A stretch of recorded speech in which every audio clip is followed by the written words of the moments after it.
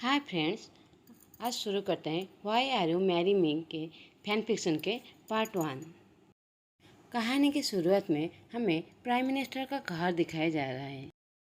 एक लड़की हंसते हुए अपने डैड के हाथ पकड़कर कहती है, डैड, मैंने सुना है हमारा किंग अपने लिए इम्प्रेस ढूंढ रहे हैं। डैड कहते हैं, हाँ। अब वो लड़की कहती है, डैड, वो हमारा किंग बहुत हैंडसम है। डैड चौंकते हुए अपनी बेटी की तरफ देखकर कहते हैं, हाँ है, मगर वो हमेशा अपनी फेस पर मास्क पहने रहते हैं। वो लड़की कहती है, डैड, मैं इम्प्रेस बनना चाहती हूँ। वो लड़की व्यंग्सी होती है, जो प्राइम मिनिस्टर जिन गोंगे की एक लौती बेटी होती है। व्यंग्सी जो बहुत सुंदर होती है और इस फैन फिक्शन में वो विलेन है।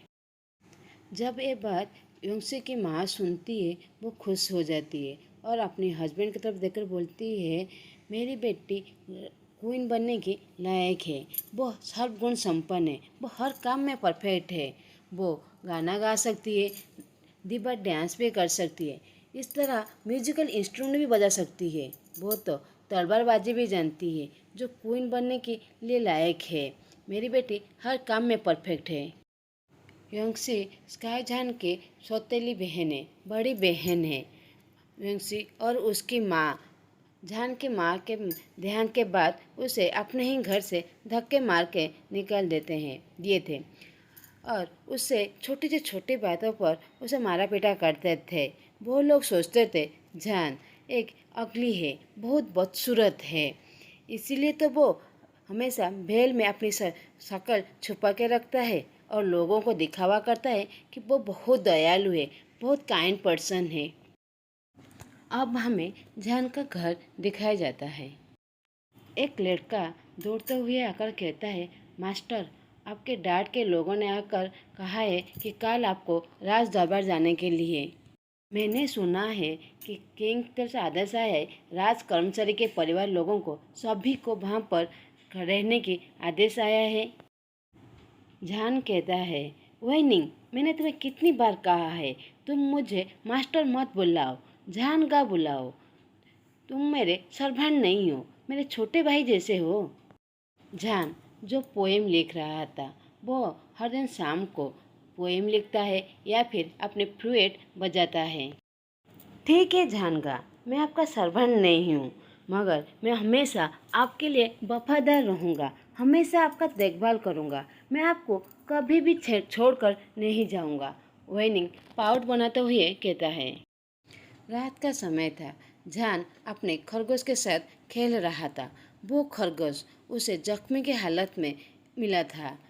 वो खरगोश सफ़ेद था, स्नो की तरह सफ़ेद था। उसकी आँख रेड कलर का था, इसीलिए झान ने उसका नाम वांगजी रखा था।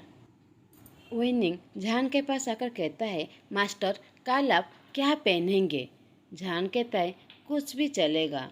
वेनिंग कहता है, मगर मास्टर, कल सब इम्पोर्टेंट गेस्ट आएंगे, आपको सबसे ज़्यादा सुंदर दिखनी चाहिए, खास करके उस चुड़ैल व्यंग्सी से तो ज़्यादा। झान कहता है, वेनिंग, मैंने तुम्हें कितनी बार कहा है, ऐसी बुरी बातें नहीं करनी चाहिए। वो मेरी बड़ी बहन है, मेरा परिवार है। ये बात झान दुखी मन से कहती है। अगले दिन वेनिंग झान को उठाने की बहुत कोशिश करती है, मगर झान उठ नहीं रही होती है।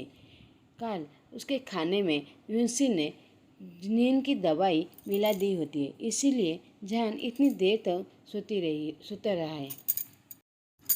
वेनिंग को पता है उसका मास्टर इतनी देर तक कभी नहीं सोता, इसलिए वो डॉक्टर को बुलाने के लिए जाती है, मगर यूंसी ने चालाकी से उस डॉक्टर को भगा दिया होता है।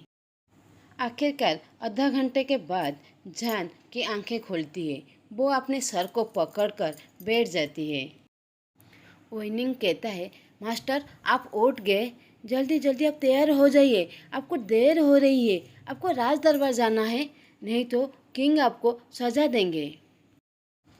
झान उठकर जल्दी जल्दी में तैयार होने की लग जाती है। वेनिंग उसका मदद करता है। झान वाइट कलर का एक रोब पहनता है, जिसमें रेड कलर और गोल्डन कलर का काम होता है। वो अपने लंबे बालों पर एक पोनीटेल करता है और जिसमें अपनी माँ का दिया हुआ ड्रैगन क्लिप लगाती है। वेनिंग कॉम्प्लीमेंट देते हुए झान को कहती है, मास्टर आप बहुत सुंदर दिख रहे हैं।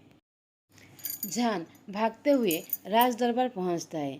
किंग के सामने जाकर घुटनों पर बैठकर माफ़ी मांगने लग जाती है। मास्टर किंग, मुझे माफ़ कर दीजिए देर के आने के लिए। चाहे तो आप मुझे जो चाहे सज़ा दे सकते हैं। झान की ऐसी प्यारी मीठी बातें सुनकर किंग वांगीवो उसे बस देखता ही रह जाता है। दूसरी तरफ यंगसी और उसकी माँ झान की ऐसी हालत देखकर वो मन में मुस्कुराते रहते हैं। जिन गोंगेओ किंग के सामने घुटनों में बैठकर माफ़ी मांगते हुए कहता है, मेरे बेटे को माफ़ कर दीजिए मैजेस्टी, मैंने उसे अच्छे से सिखा नहीं पाया। ये उसकी पहली बार है, उसे माफ़ कर दीजिए किंग।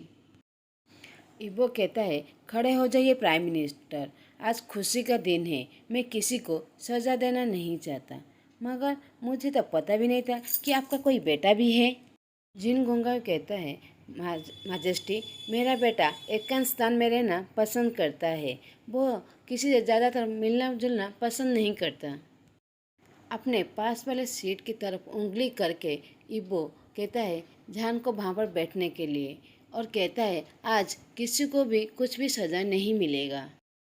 झान डर जाता है। वो फिर से माफ़ी मांगने लग जाता है और वो सोचता है वो कैसे कि किंग के पास बैठ सकता है।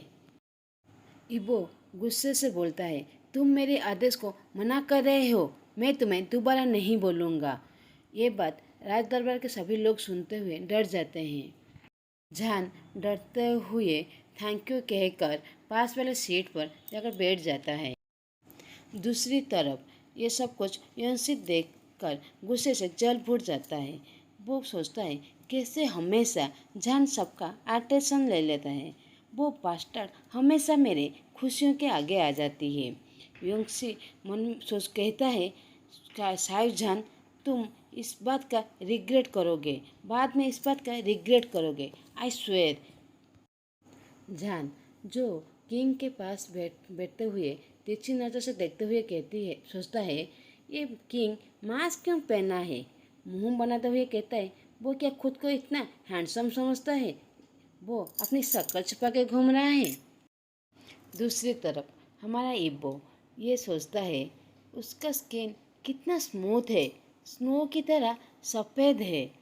वो अपना चेहरा भेल में भले ही छुपा के रखे, नो डाउट वो बहुत सुंदर होगा।